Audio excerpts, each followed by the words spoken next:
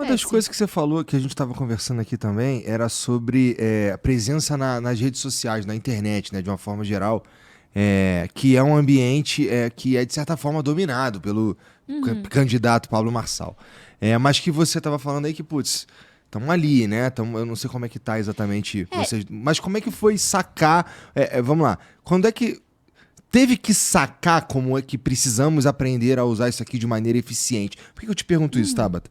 Porque assim, eu acho que foi, tu me corrija se eu estiver errado, eu acho que parte da tua campanha é aquela ação que derruba as redes do Pablo Marçal, né? Puta, tu só ajudou ele ali, cara. Eu discordo.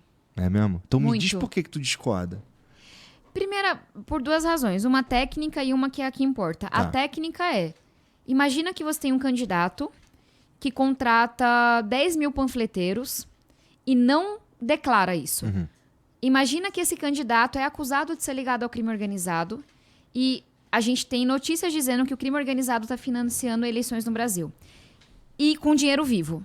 A matéria que eu vi era, tipo, que o PCC colocou 8 bi nas eleições municipais e era 100 milhões de dinheiro vivo. Isso é um fato, tá? Um outro fato é que, aí eu vou falar agora do Pablo Marçal, tem muita notícia, decisão da justiça, etc., de que ele tá remunerando as pessoas com dinheiro vivo para fazerem cortes falando bem dele e mal dos adversários. Qual que é o que eu coloco?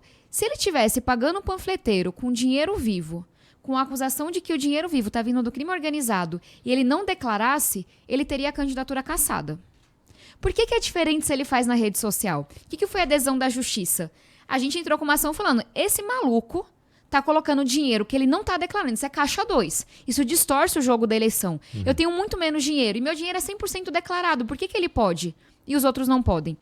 E aí a justiça diz, a gente não sabe ainda se ele pode ou não ser candidato, porque a justiça brasileira não sabe lidar com rede social. Fato, não tá preparada para os tempos de hoje em dia. Concordo. Mas eles falam, dado que tem aqui muita evidência de que ele tá pagando as pessoas sem declarar para turbinar a rede social dele, ele vai ficar, durante a eleição, sem poder usar esse instrumento. Não é sobre o que ele fala. Ele fala muita merda o dia todo. Mas em nenhum momento a decisão fala das merdas que ele fala. Não é sobre o conteúdo. Eu entendo. Mas assim. Quer dizer, essa rede foi turbinada com financiamento ilegal.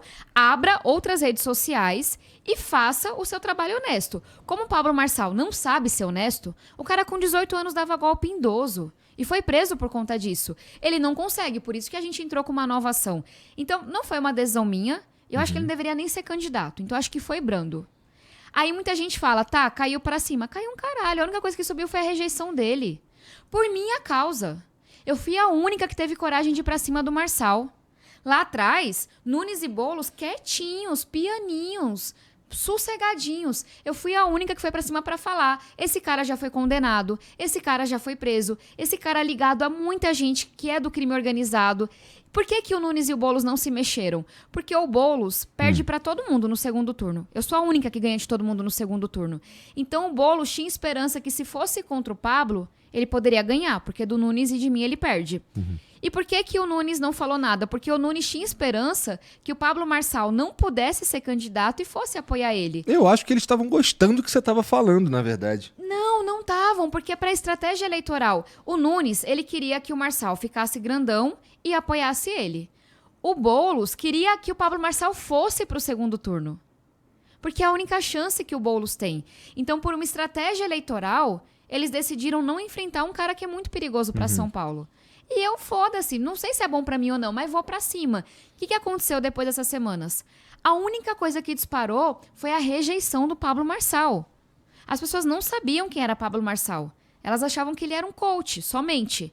Hoje as pessoas sabem que é um cara condenado, que já foi preso, que entregou os comparsa, que tem processo por homicídio, por lavagem de dinheiro. Como é que tu dá pra ele? Ele é o cara mais rejeitado hoje dessa eleição. Olha, eu pelo que eu vi, as pesquisas que eu vi, esses números aí, de fato, é realmente o mais rejeitado da eleição, mas não é sobre isso, não.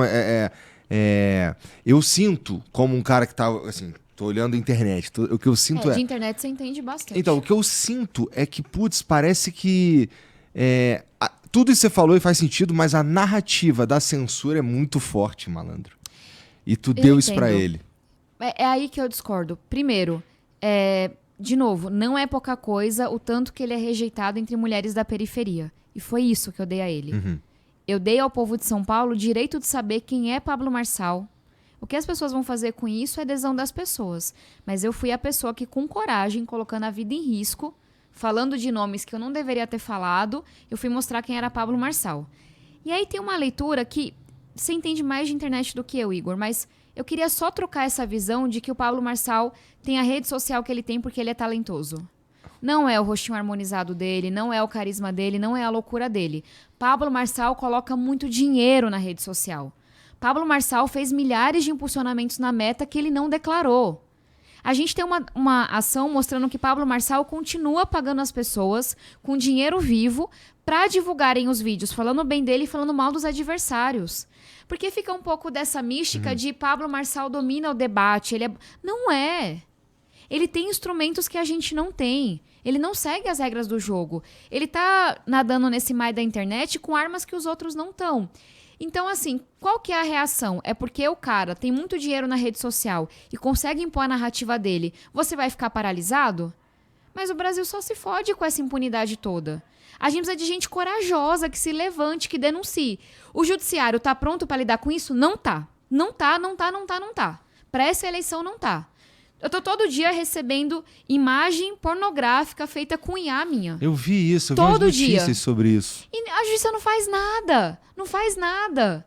Deixa as imagens circularem, não toma nenhuma decisão. O judiciário não está pronto para lidar com rede social, nem com internet, nem com IA, nem com robô, nem com nada. Agora, ficar calada... Quando eu fui candidata, 6, 7 anos atrás, minha mãe falou, você é bocuda do jeito que é, não sobrevive um dia. Graças ao bom Deus, estou inteirinha sobrevivendo. Eu não vou ficar calada. Sabe por quê? Ser prefeita de São Paulo não é um docinho de coco. Não é mesmo. Eu vou ter que enfrentar a máfia.